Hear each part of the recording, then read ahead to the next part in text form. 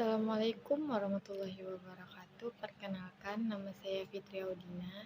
Saya dari kelas 2B PGMI. Saya ingin menjelaskan tentang kelompok 1, makalah kelompok 1 tentang kedudukan alam semesta, manusia, dan ilmu pengetahuan dalam perspektif pendidikan Islam. Baiklah, pertama-tama saya akan menjelaskan pengertian filsafat pendidikan Islam. Filsafat pendidikan Islam adalah konsep berpikir tentang kependidikan yang berlandaskan ajaran-ajaran agama Islam tentang hakikat kemampuan manusia untuk dapat dikembangkan serta dibimbing menjadi manusia Muslim yang seluruh kepribadiannya dijiwai oleh ajaran Islam. Yang kedua, konsep alam semesta, perspektif filsafat pendidikan Islam. Alam adalah hamparan yang Allah ciptakan untuk kepentingan manusia dan untuk manusia pelajari isinya, supaya manusia menjalankan kedudukan dan fungsinya dengan benar. Ketiga, tujuan penciptaan alam semesta pada dasarnya. Tujuan alam semesta pada dasarnya adalah cara untuk menghantarkan manusia terhadap pengetahuan dan pembuktian atas kekuasaan Allah Subhanahu wa Ta'ala. Keempat, kedudukan manusia dalam Islam adalah biasa disebut dengan ahsan dan al-takwin, yang dibuktikan adanya kesatuan wujud manusia antara unsur fisik dan psikis. Manusia menempatkan posisi strategis sebagai hamba Allah dan khalifah Allah. 1. Manusia sebagai hamba Allah atau abd Allah. Abd Allah adalah ketaatan, ketundukan, kepatuhan yang kesemuanya itu hanya diberikan kepada Tuhan. Kedua, manusia sebagai khalifah Allah fi al-ard. Sebagai khalifah di muka bumi mengisyaratkan atau ditegaskan sikap moral dan etika. Lanjut, yang kelima, kedudukan manusia perspektif filsafat pendidikan Islam. Kedudukan manusia perspektif filsafat pendidikan Islam adalah manusia dilahirkan ke dunia dengan tugas dan tanggung jawab sebagai makhluk berbudaya dan bermoral. Manusia memiliki kedudukan sebagai makhluk ciptaan Allah yang karena manusia diberikan akal dan rasio. Pengertian ilmu pengetahuan perspektif filsafat pendidikan Islam. Ilmu adalah pengetahuan yang sudah diklasifikasi, diorganisasi, disistematisasi, dan diinterpretasi. Secara umum, filsafat pendidikan adalah ilmu yang mengkaji pendidikan secara mendalam sampai ke akar-akarnya, sistematis dan universal. Lanjut menjelaskan tentang kelompok 2 yang berjudul Hakikat Tujuan Pendidikan Islam. 1. Pengertian hakikat pendidikan Islam. Hakikat pendidikan Islam adalah proses bimbingan yang mengarahkan pertumbuhan dan perkembangan anak didik agar menjadi manusia dewasa sesuai tujuan pendidikan Islam. Ada 3 istilah lazim yang digunakan dalam pendidikan Islam, yaitu 1. Tarbiyah.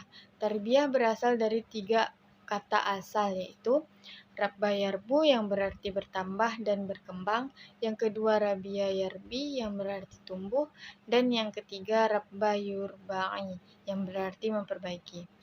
Yang kedua, ta'dib berasal dari kata adaba ya'dubu yang berarti melatih, mendisiplinkan diri untuk berperilaku yang baik dan sopan santun. Ta'dib adalah usaha untuk menciptakan situasi dan kondisi berperadaban yang baik sesuai dengan yang diharapkan. Yang ketiga, ta'lim lebih bersifat universal dibanding dengan tarbiyah maupun ta'dib. Ta'lim sebagai proses transmisi berbagai ilmu pengetahuan pada jiwa individu tanpa adanya batasan dan ketentuan tertentu. Yang kedua, sumber dan dasar pendidikan Islam. Dasar pendidikan Islam adalah wawasan tajam terhadap sistem hidup Islam yang sesuai dengan kedua sumber pokok, yaitu Quran dan hadis, yang menjadi dasar bagi perumusan tujuan dan pelaksanaan pendidikan Islam. Sumber pokok ajaran Islam yang harus dijadikan dasar bagi pendidikan Islam yaitu 1. Akidah, kedua akhlak, ketiga penghargaan kepada akal, yang keempat kemanusiaan, yang kelima keseimbangan, dan yang keenam rahmat bagi seluruh alam atau rahmatan lil alamin. Dasar pendidikan Islam dapat dibagi menjadi 3, yaitu 1 dasar pokok, 2 dasar tambahan, yang ketiga dasar operasional. Lanjut, tujuan pendidikan Islam. Tujuan pendidikan Islam adalah sasaran yang akan dicapai oleh seseorang atau sekelompok orang yang melakukan sesuatu kegiatan. Tujuan pendidikan Islam memiliki 4 tujuan, yaitu 1. Tujuan umum. Tujuan yang akan dicapai dengan semua kegiatan pendidikan. Yang kedua, tujuan akhir. Terdapat pada waktu hidup di dunia ini telah berakhir. Yang ketiga, tujuan sementara. Tujuan yang akan dicapai setelah anak didik diberi sejumlah pengalaman tertentu yang direncanakan dalam suatu kurikulum pendidikan formal. Yang keempat, tujuan operasional. Tujuan praktis yang dicapai melalui sejumlah kegiatan pendidikan tertentu. Yang terakhir, penjelasan kelompok 3 tentang tugas dan fungsi pendidikan. 1. Pengertian pendidikan. Pendidikan adalah pemahaman perihal pembelajaran yang dibuat oleh para ahli dengan berbagai macam serta kandungannya, berbeda yang satu dari yang lain. Dalam proses pendidikan, partisipasi didik wajib menyadari hal-hal berikut. 1. Belajar merupakan proses jiwa. Kedua, belajar menuntut konsentrasi. Ketiga, belajar harus didasari sikap tawadu. 4. Belajar bertukar komentar sesudah mantap pengetahuan dasarnya. Kelima, belajar wajib mengenali nilai serta tujuan ilmu pengetahuan yang dipelajari. Yang keenam, belajar secara bertahap.